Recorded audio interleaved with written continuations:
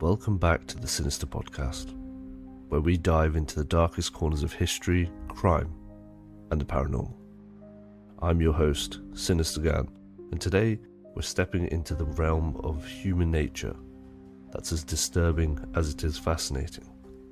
Cults. More specifically, the deadliest cults in history. Cults have existed for centuries, lurking in the shadows of society.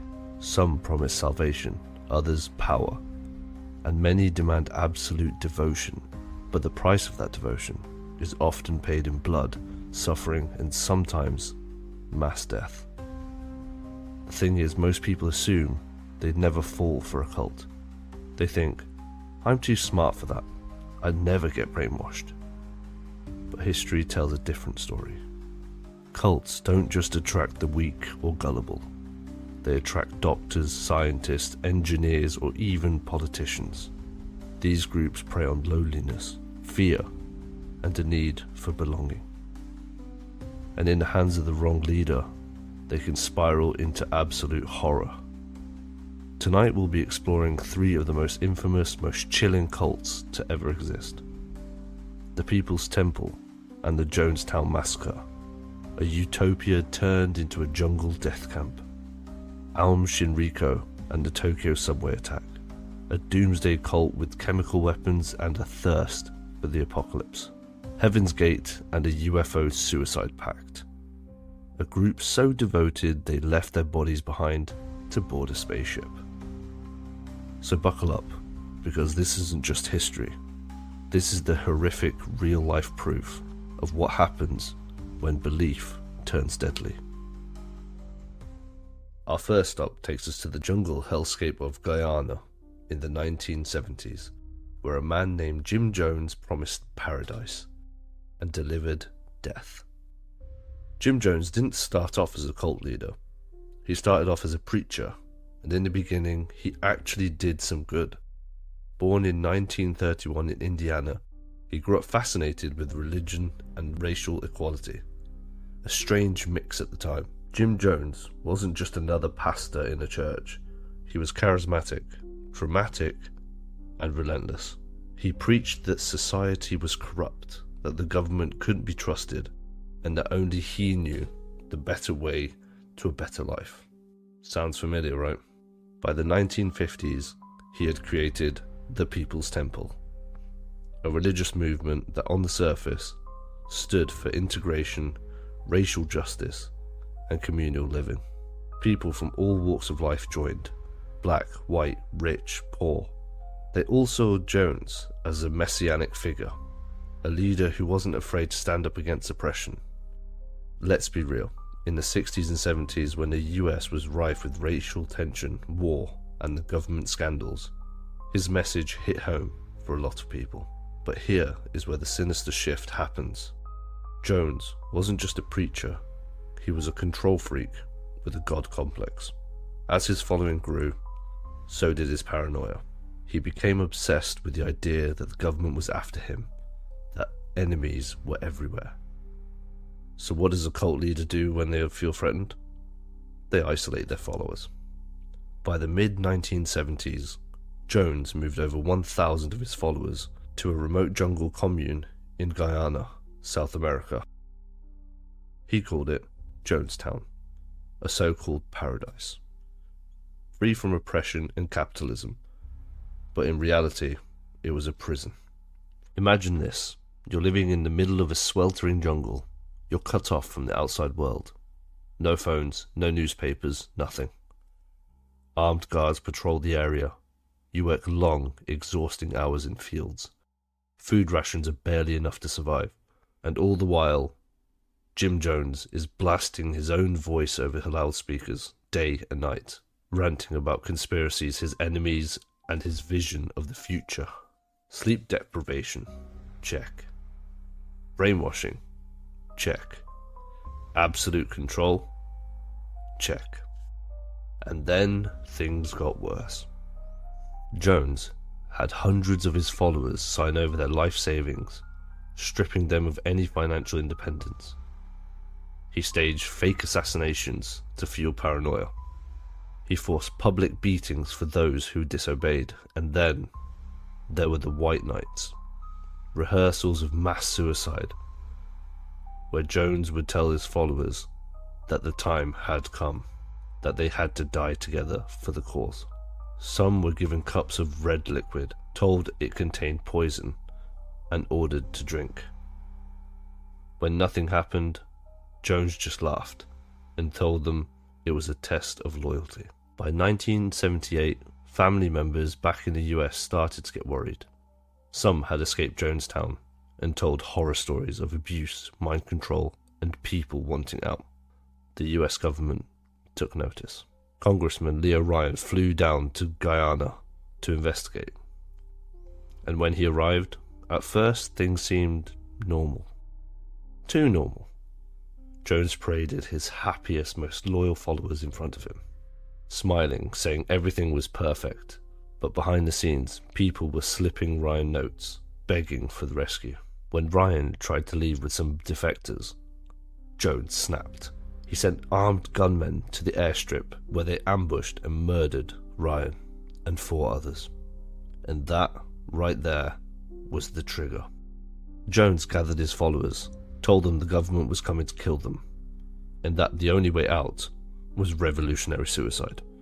What followed was one of the worst mass killings in modern history.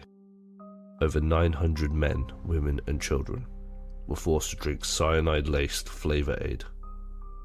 Those who refused, they were injected with poison or shot dead by the guards.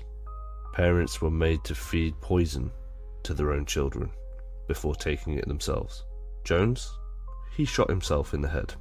The jungle was silent. Over 900 bodies lay scattered across the commune, a so-called utopia, turned into a death camp. And even now, decades later, the phrase, drinking the Kool-Aid, is still used as a metaphor for blind obedience. But this wasn't just some metaphor. This was real, and it proves just how far one man's power-hungry delusions can go. We're leaving the jungles of Guyana behind and heading to the 1990s Japan, where the cult called Aum Shinrikyo wasn't just preaching about the end of the world, they were actively trying to start it. This isn't your typical cult story. This was a full-blown doomsday operation, backed by scientists, weapons, and apocalyptic prophecy. It wasn't just about blind faith. It was about power, terror, and control. And at the center of it all, a self-proclaimed messiah with a thirst for destruction. The man behind Aum Shinrikyo was Shoko Ashara, a partially blind bearded guru who looked more like a scruffy monk than a terrorist leader. Born in 1955 in Japan, Ashara grew up in poverty and had a grudge against society from an early age. He tried, and failed, to get into medical school, dabbled in acupuncture and alternative medicine, and eventually found his way into religion and mysticism. By the 1980s, he claimed he had reached enlightenment and started his own cult, Aum Shinrikyo, meaning supreme truth. And at first, it seemed like just another New Age religious group. He mixed elements of Buddhism, Hinduism, Christianity, and sci-fi mysticism, preaching about spiritual awakening, meditation, and karma. But then, things got dark. Ashara wasn't just a spiritual leader. He saw himself as a prophet, a messiah, even a god. He convinced his followers that the world was about to end, that a nuclear apocalypse was coming, and that only Aum Shinrikyo members would survive. And how would they survive? By making sure they were the ones causing the apocalypse. Most cults focus on faith. Aum Shinrikyo, they're focused on science, chemistry, and bioweapons. This wasn't just a commune of brainwashed hippies. This was an underground terrorist organization. The cult recruited scientists, engineers, and doctors. They built secret labs, stockpiled weapons, and started experimenting with deadly chemicals. Here's what they had at their disposal: sarin gas, a nerve agent developed for warfare, anthrax experiments, botulinum toxin, one of the deadliest poisons on Earth, tanks, helicopters, and even attempts to create nuclear weapons. They weren't just preparing for the end of the world, they were trying to start it. The Tokyo subway attack, March 20th, the world truly didn't understand how dangerous Aum Shinrikyo was until March 20th, 1995, where they launched one of the most deadliest terrorist attacks in Japanese history. Picture this. It's rush hour in Tokyo, one of the busiest cities in the world. Thousands of people are packed into a subway commuting to work, crammed into tight spaces like sardines, and then, without warning, invisible death fills the air.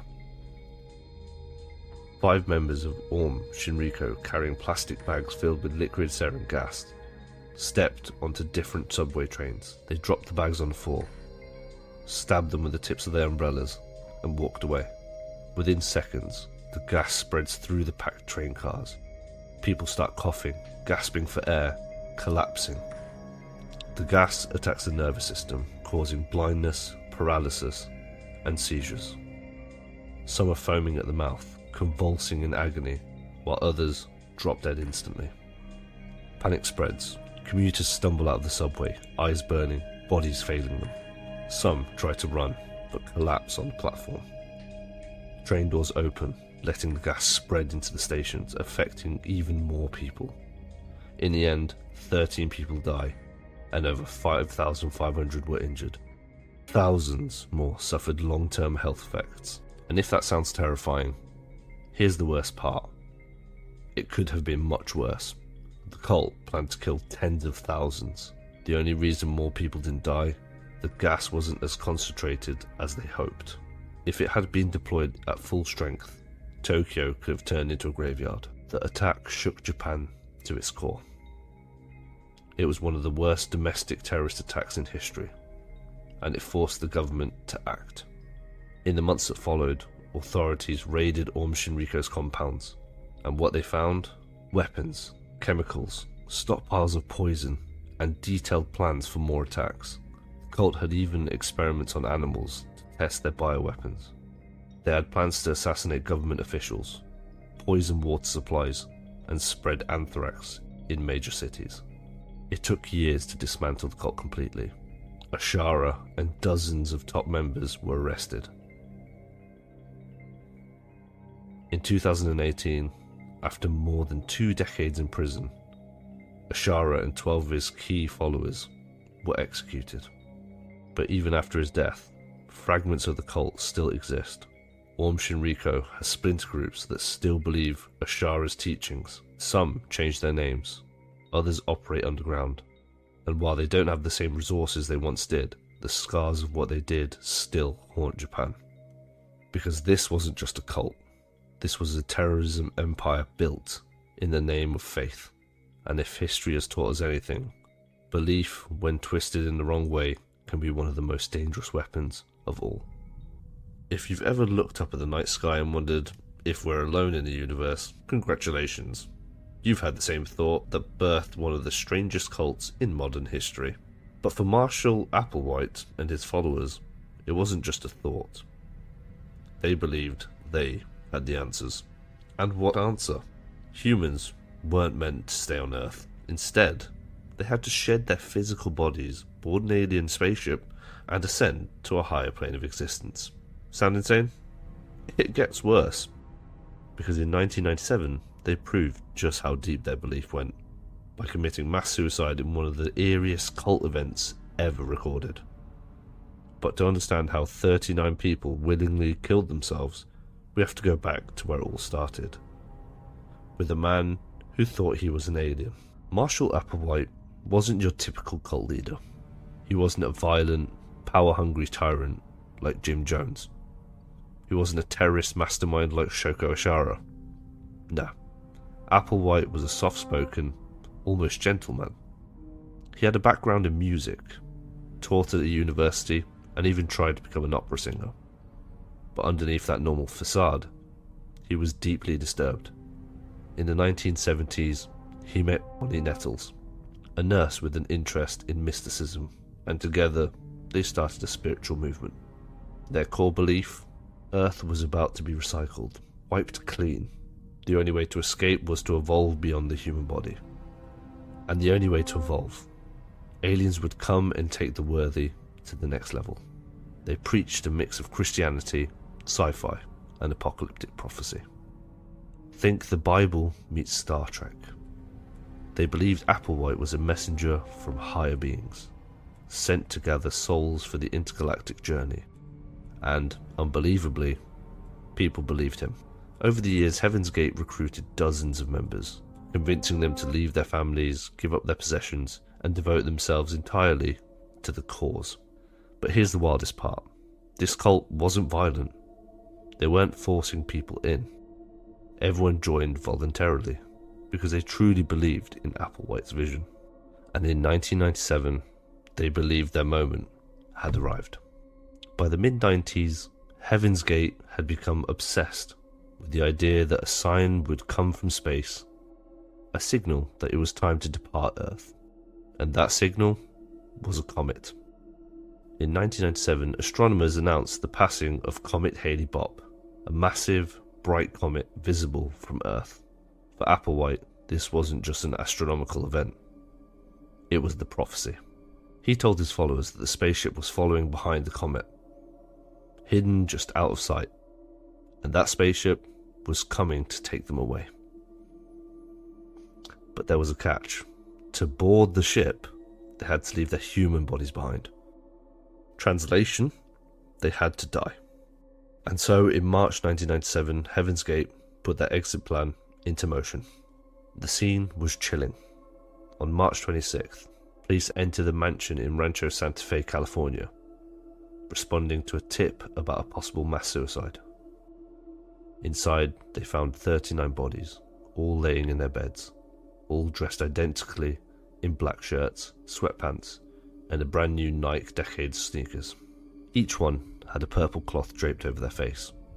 Next to their beds, luggage, packed as if they were truly preparing for a journey. The method of death?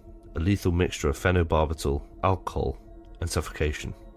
They did it in stages, over 3 days. Small groups of members took the poison, lay down, and died peacefully.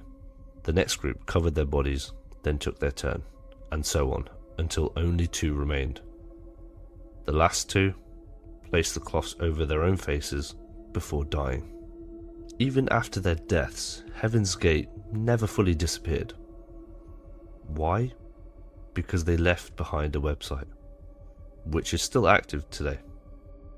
Maintained by surviving members who didn't join a suicide pact, the website remains online, explaining their beliefs, their mission, and even allowing people to contact them. To this day, some people believe Applewhite was right. They think the ship really did come, and that the dead members of Heaven's Gate successfully ascended. It's a haunting reminder that belief, when powerful enough, can override everything, even survival instinct. Because Heaven's Gate didn't kill out of hate, fear, or power. They died of faith. And for them, it was a new beginning.